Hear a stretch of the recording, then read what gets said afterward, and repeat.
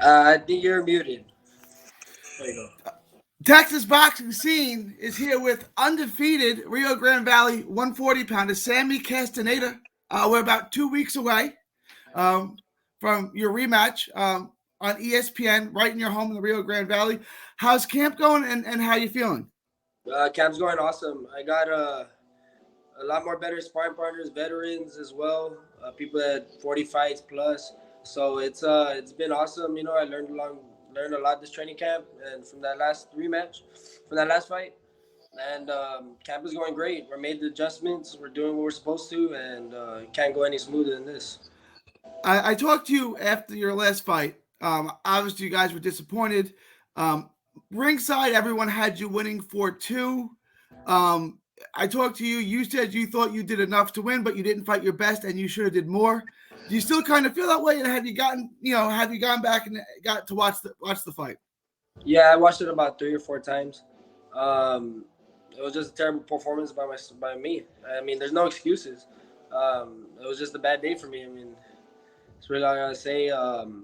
But I feel like we know what it was, but something that could be changed. And this fight. People are gonna see that. We feel a lot better. I feel great. I feel ready. And that's really all I gotta say. Like after that fight, took like 5 days off for the first time in like 2 years. So that was well needed, and now I feel real great and fresh and ready to go.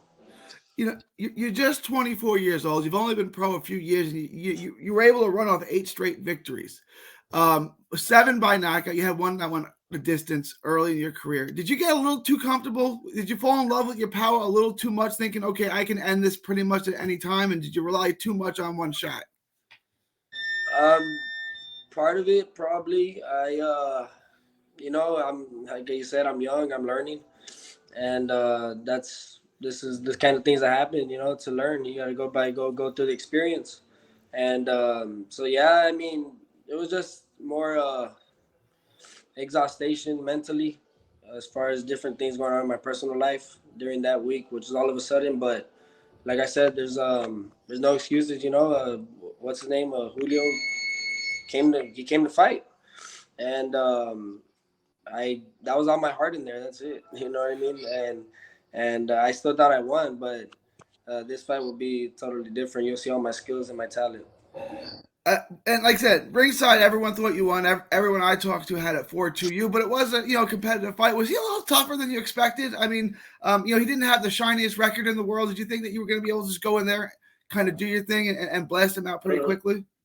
No, I don't know. I don't overlook anybody. No, it's a fight. Anything can happen in a fight, and I mean, it was just the fight I fought that I guess made it like that and made it more competitive, and that was my issue.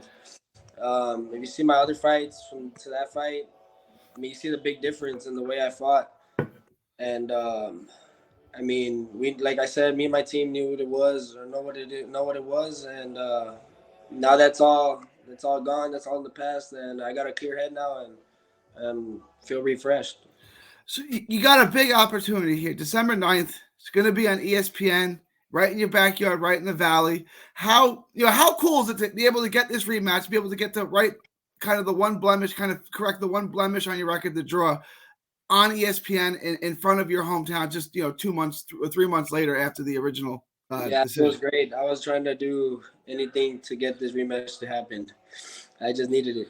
So, There's so other you fighters that this happens. They go through a draw and they don't want to fight that fighter. No, but I'm different. Like I need that fight, and this was never supposed to happen, so I need it.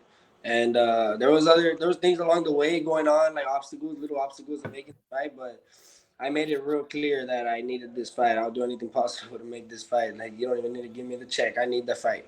Like that's really my mindset in this one.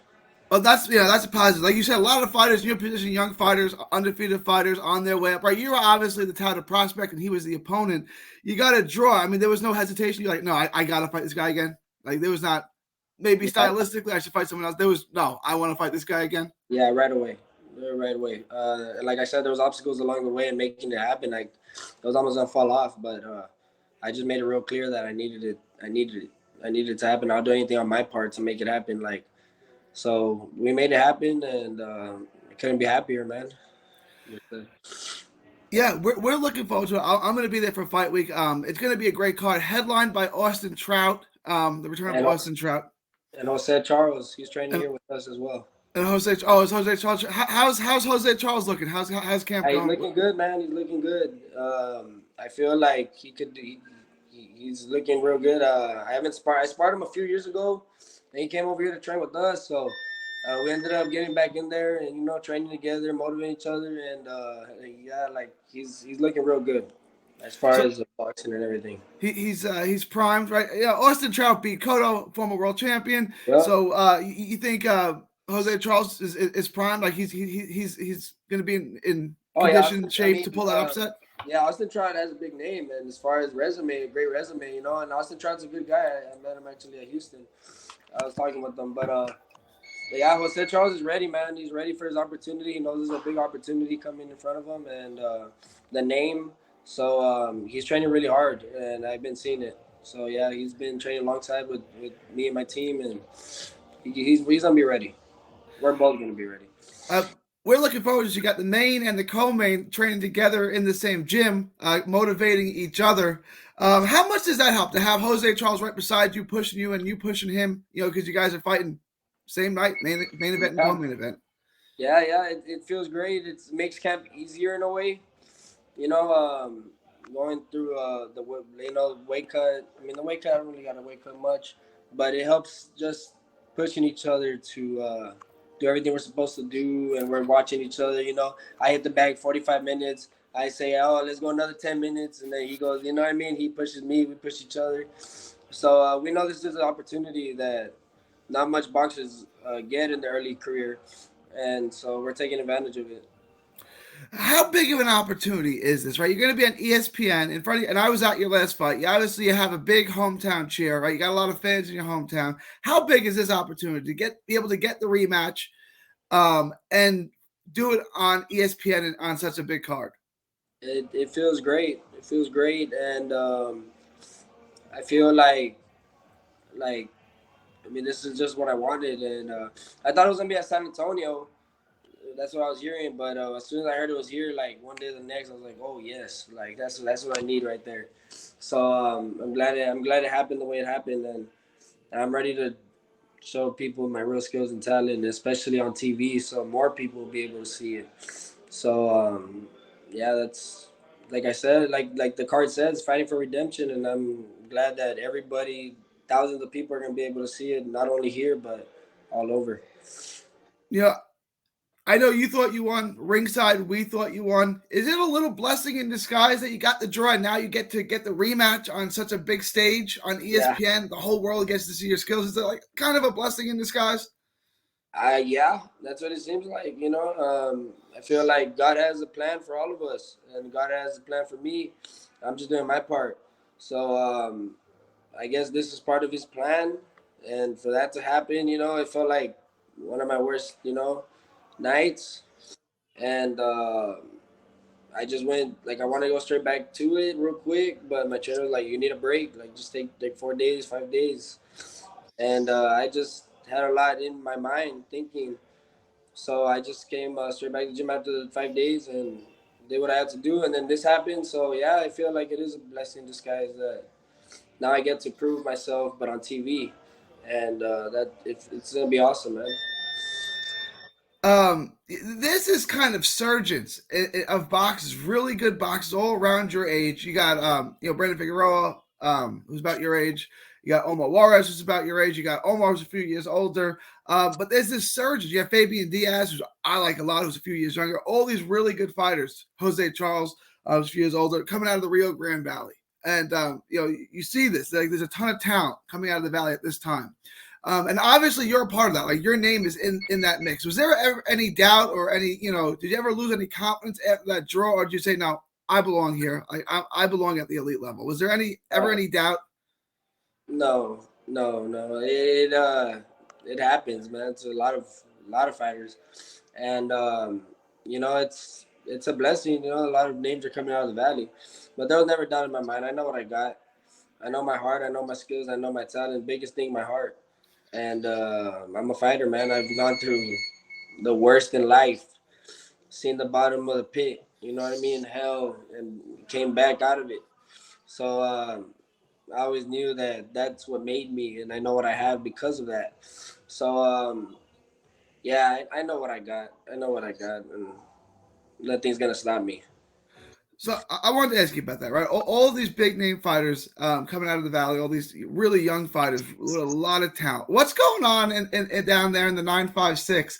All of a sudden, where all of these really, really talented fighters are all kind of emerging at the same time. Like what's going on down in the valley in the water there that's producing all these top notch fighters at the I mean, same time? we were all doing it at a very young age. Competing in all these national tournaments, and their parents and their teams investing in their kids, and that's what I feel made the difference. And I always knew, like when we were younger, because we would all spar together and train together, and all of us really. And so I always knew, like when we get to that age, we're all gonna we're gonna make a big impact.